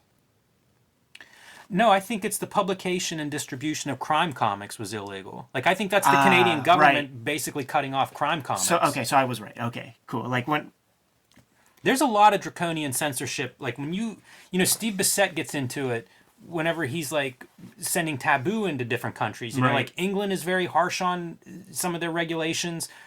This happens, you know, like there are a lot of people who have trouble shipping their books into Canada for this reason. Yeah. So, you know, there's legacies to this stuff. I've done shows in Canada. I was sitting not far from Jess Fink, and a librarian came up to her to get some stuff signed, and she was like, "Really good news. Your book is no longer banned in our library." And I was thinking like, "Oh yeah, I'm not in America." But then I started thinking it might not be that good in America either when it comes to this. Like, there's banned books and things. It was real weird. I did a panel with Jillian Tamaki and Eleanor Davis at SPX a couple years ago, and that one summer, Jillian Tamaki's great YA book is like one of the most banned graphic novels, and there was a cheer in the crowd, and I still think about it like, I don't know if it's good that it's banned. Like, it's good that it's a high-profile, successful book, but the banning part, like, I don't know. It's not great. No, not at all, man. So we've talked several times before about, like, you know, the effects that this had on EC Comics and stuff like that, man. Can we get into some? Well, actually, let's talk Senate subcommittee hearings a little bit. How the newspaper strips, Milt Caniff and Walt Kelly, wanted to separate themselves so far apart from comic artists. Ed, I have very few notes, and that's one of them. Yeah. That was news to me. So I'll be Senator Kefauver, right? And you'll be Walt Kelly, man. So Walt, would you ever? Hold up.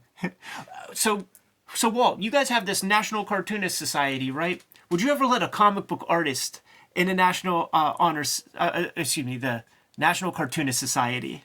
Well, he asked what would happen if one showed up. Oh, right. Yeah. and Kelly's response is, I don't know, maybe invite them outside. I was shocked by this. Me too. And this is the part where we asterisk the fucking video and say all cartoonists and people who make comics are pussies. But keep going, man.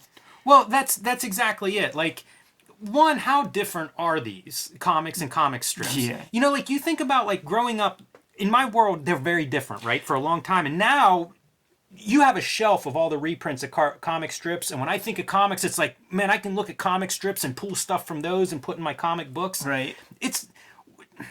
I don't know, man. It is just them bending over, right? It's Walt Kelly being like, not me. Yeah, and this is what I mean about, like, the idea of even there potentially being the possibility of unionization. There's all this that will always happen, man. Is people throwing shade or, like, we'll still do the work. And so we're getting a really small sample here that we're judging Walt Kelly on. Yeah. And it is a wizard quote. So once again, who knows if it's even accurate? Correct, because there's a part where we are in agreement everywhere except this wizard interview, this wizard article about Gaines's testimony. His testimony is famous for being a faux pas, for screwing up and doing a disservice for his company and the comic industry. And I quote this article, a second-generation industry veteran who also held a teaching degree, Gaines answered all of the committee's questions calmly and clearly. That is divorced from everything you read in the historical texts. Yeah, and I think there's there's film of the testimony too, so you can see him kind of sweating. The flop sweats and stuff. Yeah, it's not great. But you know what I was going to say, and it's related to both of those. This is like the Red Scare. This is McCarthyism, right? Totally. It's early 1950s, and they're being drugged before Congress about this stuff. I think that climate can't be discounted, and it's not really covered in here, but, you know, in terms of what everybody that's drug into this subcommittee hearing, that is a tough culture. Like, that's a moment in American history that is certainly frowned upon. But I mean, like, people were getting blacklisted. Like, your livelihood's on the line with whatever you say in one of these things, and I guess you have to say what they want you to hear, or at least that's the thought. Right. If you're Walt Kelly or any of these newspaper guys, if you can get away from this, say whatever it takes, I suppose. And that's exactly how chilling effects work. That is the chilling effect, man. It could fuck up your standing in your community even, man. It has long-lasting ramifications. And about 20 years after Wertham wrote that book and did his whole bit with burning comics and all of that, those kids who are reading those comics, those little hooligans, those little criminals, man, they grew up. And in 1973, man, he wrote a book about fanzines. His last book. Who knew that? He wrote a book about fanzines, glowing about sort of the communication that comes out of that community, the thought process, all the stuff. It's very positive, but it's, he it's not covered much in this article, but I believe he sort of reversed his own stance on comics later in his life, and I think this fanzine book is this article's example of that, even though they don't come right out and say it explicitly. Yeah, there are parts, and he's been known, like, Karl Barks was A-OK and stuff like that, man. It was just, these guys were never seeing such, like, crime stuff given to kids ever in their life. Right, and the tough part is, and like, there's a lot of stuff pulled out in this article about alternatives to his voice. Right. Evidence that was against both the articles he'd write and the book Seduction of the Innocent, and how most of those were just disregarded. But there are examples of people that are like, I wouldn't let that I wouldn't give my kid that crime comic. They can read comics, but they're not going to read that one. And, after World War II, comics sold a lot to soldiers. Yeah. Those soldiers came home and wanted to keep reading comics. So, like, these comics weren't all aimed at kids. And that's the part that retards the development. It really cuts off any comics that aren't aimed at kids stop at this point. And so it's decades before it's, like, start working in that direction again. And that's what I mean by it. Like, it really just, like, sent it back in the back ages, in the dark ages. My aunt would tell stories about my grandmother finding her comics and destroying them. And, that's, I don't know, probably in the 80s. Oh, interesting. Maybe late 70s, early 80s. Interesting. So that legacy kept up forever. My parents, my art teachers, they all thought comics were shit. Like, they were branded in the 50s as only for kids, and even then, degenerate kids. It affected the cartoonists. It affected the cartoonists. There are Jack Davis interviews out there where he is so sad and embarrassed about making comics that hurt little kids, and that he even in some ways drank the Kool-Aid. There's an issue of Blab about like famous alcoholic cartoonists, and like Ghastly Graham Ingalls and stuff. They say that was like a source of his thing, where it's like, you're doing this work, you're working your butt off, you're already introspective, and you sit at the drawing table and all you have is yourself and time to think. Now you click on the TV and you're a part of like the decline of Western civilization. Yeah, I would read about like that generation of comic book artists that were my heroes, and they would lie about their occupation. Right. Like, it left a mark on me that they were ashamed of it. Good article though. Yeah, it was good. What I said about that Batman piece too, about like not quite understanding it. These three holes, the Ernie Bushmiller rule of threes, really made me think of a bowling ball. Like he had a bowling ball arm.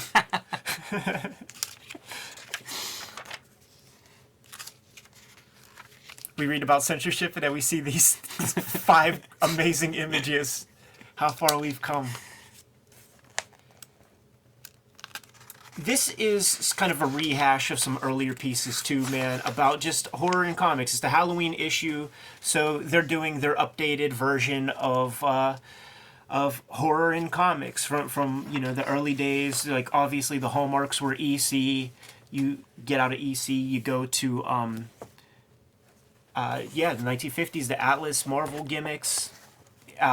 This guy would probably be the standout character who had a lasting lifespan.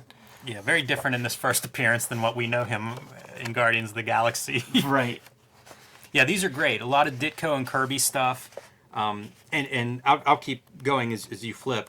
So after the Marvel monsters of sort of the late 50s and early 60s, Warren's the next one that they list. Warren publishing black and white magazines in the late 60s into the early 80s. And employing a lot of the EC artists along the way. Some very nice art in those Warren magazines, some of which is reprinted in affordable volumes today.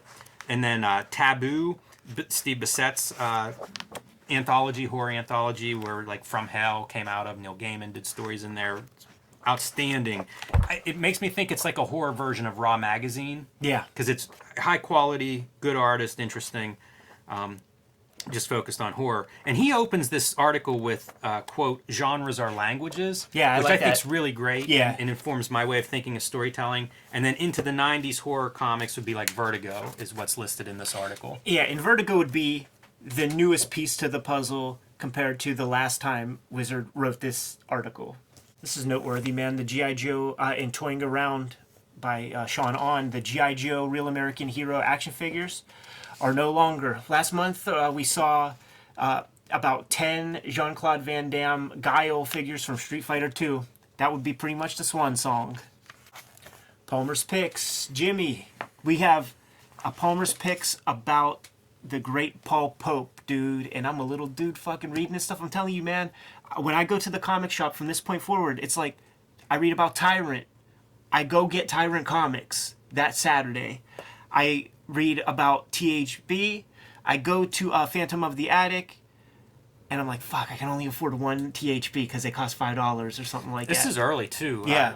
Pope did a lot of self-publishing that's going to come after this, but here's what's... I only pulled the stuff, because we'll cover Paul Pope, I'm sure, more going forward. Yeah. I only pulled the stuff that's covered here. Sin Titulo is a graphic novel he self-published. I don't have, so it's not here. This was his second one, The Ballad of Dr. Richardson. Interesting. Edited by Robin Snyder, the Steve That is Ditko interesting. guy. Yeah.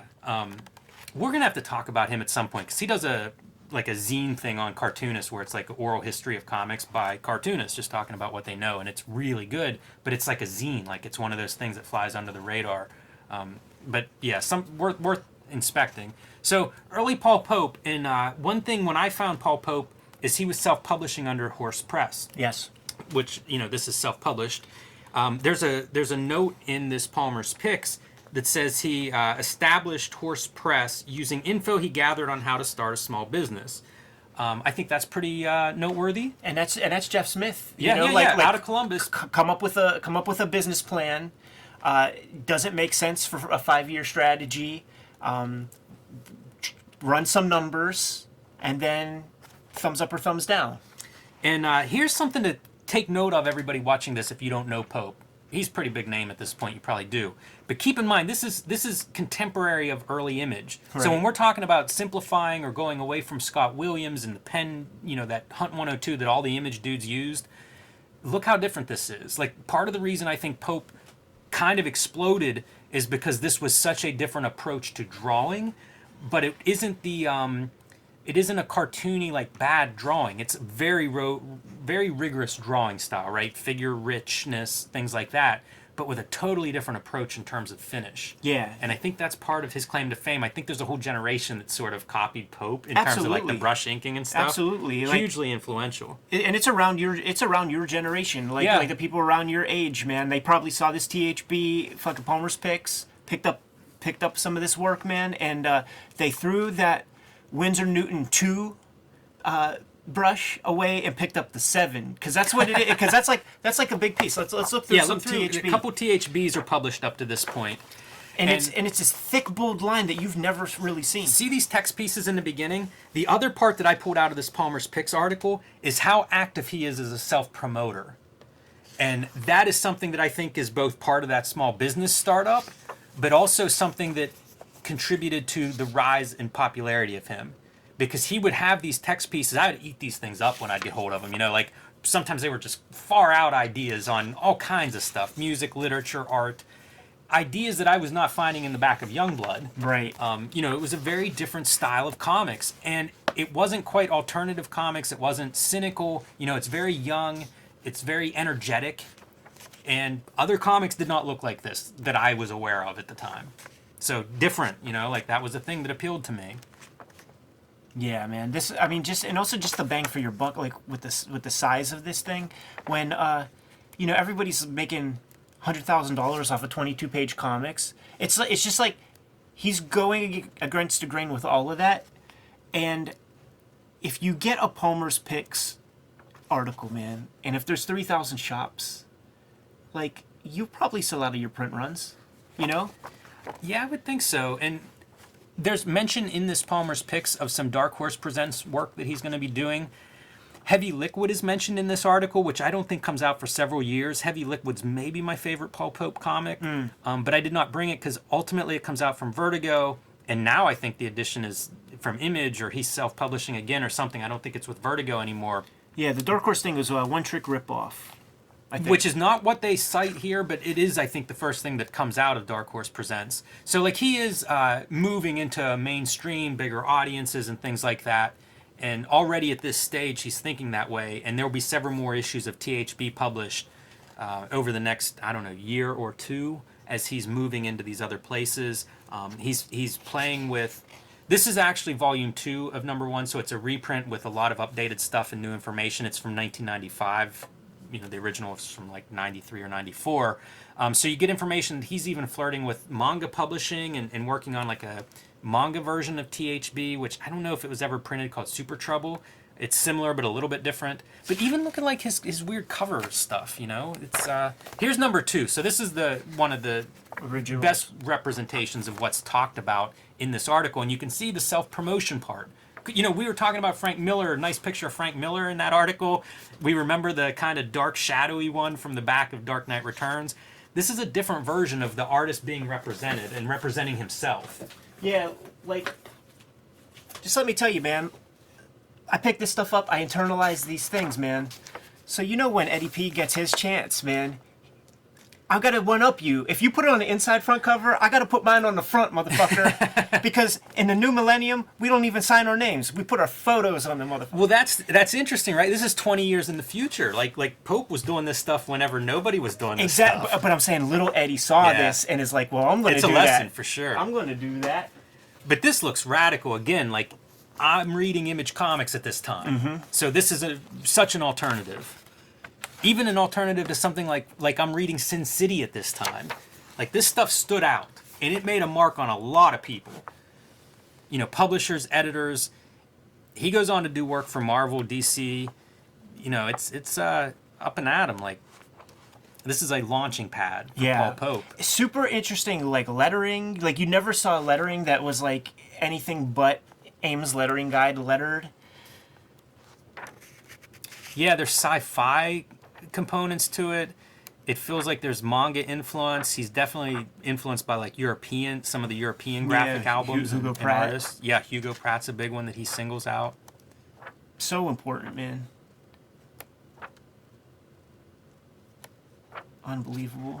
I mean, and much needed at this exact point in time. Comics needed this. The perfect right place and right time. And man, there is a generation that are like the children of Paul Pope. Absolutely. And he's pretty good for citing the guys that are his influences too. You know, like Jack Kirby's a guy that he routinely cites as a big influence, which at the time is unusual for alternative cartoonists to be talking about, you know, a superhero cartoonist as being important and good. Yeah. Dan Clouse scared everybody away from saying any superhero person, man, once Dan Pussy came out. So can we get into some of Paul Pope's recommended readings? Yeah, hit them. Yeah, so we have Cages by Dave McKean, Nexus, Mike Barron, Steve Rude, Strangers in Paradise, Terry Moore, Rubber Blanket, Mazzucchelli. That one makes a lot of sense, right? It sure does, yeah. Cordo Maltese, and other works by Hugo Pratt. Little Ego by Vittorio Giardino. I don't know that. I don't know that one. And let's see, Tyrant by Steve Bissett, and Optic Nerve, man, by Adrian Tomine. These are the minis, I believe. Yeah, I think you're right about that. But this is a who's who. You know, like that's a hell of a list, and you see interesting crossovers. You know, like Dave McKean's Cages makes total sense to me with the Ballad of Dr. Richardson. Nexus is another one. Steve Rude's Nexus. You know, like that's another guy who has this great emphasis on figure work and composition. So good stuff, man. You know, he was cool. He was one of the early cartoonists that was cool. Call attention here because of the Halloween theme. Top 10 heroes and villains. Coolest looking spooky characters. I was looking at this and I was like, why is Venom number 1? Like, what happened to Spawn? But that's the reason. It's kind of a Halloween edition. With this Lord Pumpkin character, and then there were some other pumpkin-headed guys. I had a pumpkin-headed villain in my own like little sketchbooks and shit. Thought that was genius. This is the Hellblazer issue I mentioned that Dave McKean drew. Comic Watch. This is one that I thought I had and must have gotten rid of in the Purge. So, man, it's so disconcerting, like thinking, like, I've got that, I'll pull it out. Crazy Purge, Did man. not happen. Dark Horse Presents 54 has a little bits of Sin City in it, but it's known for, and they're telling you to get it, because first appearance of John Byrne's Next Men. I was an X-Men fan. Dark Horse Presents has some cool issues in its history.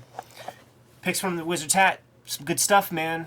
Sin City, The Big Fat Kill is coming out. I didn't pick it up in issues because by the time this came out, they were already into the miniseries and I couldn't find the earlier issues. So this Christmas, I got the hardcover. Oh, nice. And I think the guys at Phantom, I think they marked out my parents and got them the hardcover Nice. and not the $15 fucking trade They paperback. showed up with their list and it was like, well. Yeah.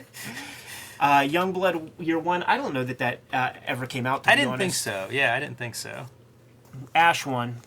We in a previous episode talked about the creation of Event Comics. Ash superhero. Oh, dude, this is the page from the thumbnails of that one thing, and I think it's supposed to read like that. Yeah, they're smart when you do like the 2-page multi-tiered spread.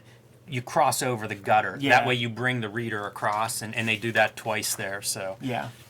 all three actually go across the gutter. They said that they were going to show all the bad stuff off camera. A fucking Jeez. burnt ass. I don't think I've ever seen a burnt character before. No, I love it's just they're covering up his crotch. Because That's the inappropriate that would be part. gratuitous. Yeah.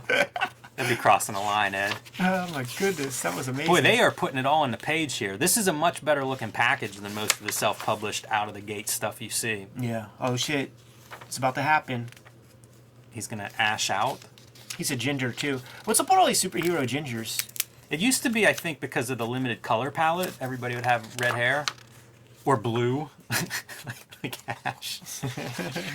Barry Machine Man Windsor Ash. Smith spread, man. Wow. What's he plugged for there? What's he... Is he getting ready for Storyteller? No, it's not. It's just extolling the virtues. Oh yeah, Freebooters. Those are his characters. Yeah, that would be Storyteller. I think Freebooters is going to be its own thing. Ooh, look at that double page spread. Yeah, I can't... I don't know. This is another one that I don't totally connect with, style-wise. Yeah, but this guy had a generation of clones. Like when I was at Kubert School, a lot of people were drawing Joe Quesada like, but it was the influence was his Daredevil. Yeah, With that Kevin was a big Smith. book. That was a big, at that time, Marvel period Knights. especially. The Liam Sharp issue of Hulk is coming out, man. Good veins. If I did the top 10 vein artist again, Liam Sharp's going to make the list. So he's Definitely. getting bumped out. Definitely. North or south of 5 on the list of 10. Right around 5. I'd have to dust it off and look at it. Maybe we'll do that one of these days because I think that's important. Uh-oh. Techno Comics is coming out, man. Mr. Hero and Leonard Nimoy's Primortals. Once again, I gotta send shouts to Mom and Dad, man. I love you guys, man. But they came home with some Primortals, and I was like, what is this bullshit? Yeah, I don't want to see comments defending that crap either. Yeah. Good and cheap, dude. Saga Swamp Thing, annual number 2. This is a cool one. This is Steve Bissett, Todd Obin, Alan Moore at the height of their powers and run. And this one is particularly, I think he's going into hell to rescue Abby, to save Abby's soul. So it's all of DC's like supernatural afterlife type characters, and you'll see them from Dead Man, Phantom Stranger, Spectre. Yeah, it's kind of a who's who of like the supernatural. So my first trade paperback was the trade Gaiman. paperback Look how great. that His Gaiman collected was always this. great. The trade paperback that collected this was the first trade paperback that I owned, man. And it was on the strength of this. It's like, Oh, interesting. it's like I see this Alan Moore name, Swamp Thing, and once again, I don't think that all the trades were available, and maybe the only trade at the time was the one that I picked up. And then when I picked it up and read it, I was like, "This is horror? Are you joking?" Like, I would always have that reaction early on because it was not. It wasn't Friday the 13th Part 6. Right. Once again, man, Bad Girls and Gen 13, with the exception of the Patrick Daniel O'Neill choice that he put in there. But it is Mike Waringo, and this was a sexy book at the time, man. A lot of people were loving it. And certainly when Impulse comes in the game, dude, that moves the needle. Evil Ernie with a nice cover there. Yeah.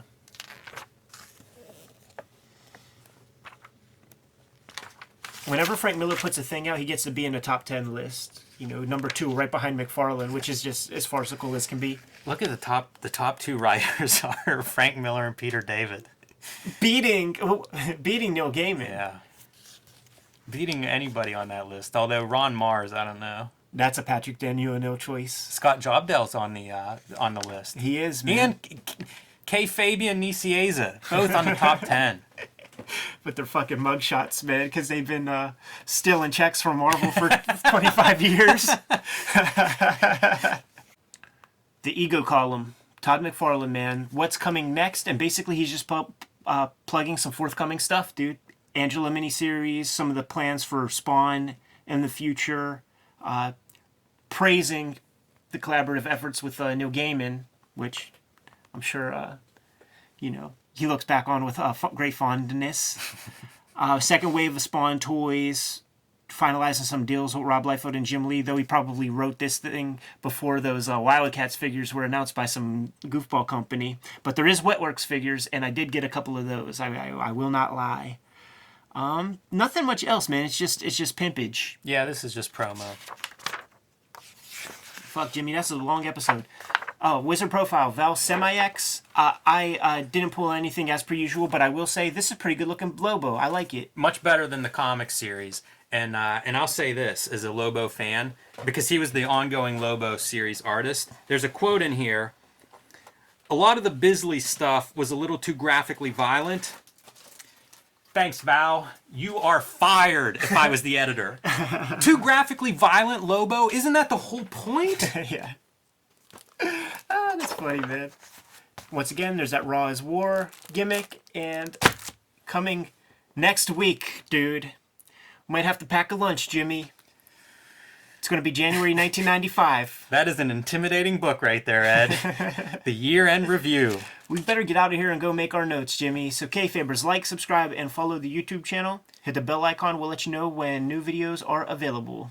You can pick up the Cartoonist Kayfabe t-shirts and merch at the link below the video. Jimmy, we really got to crack these books. 300 pages of fucking Wizard magazine. Will our brain capacity be able to sustain it? Find out next week. Give them the marching orders, In the meantime, read more comics.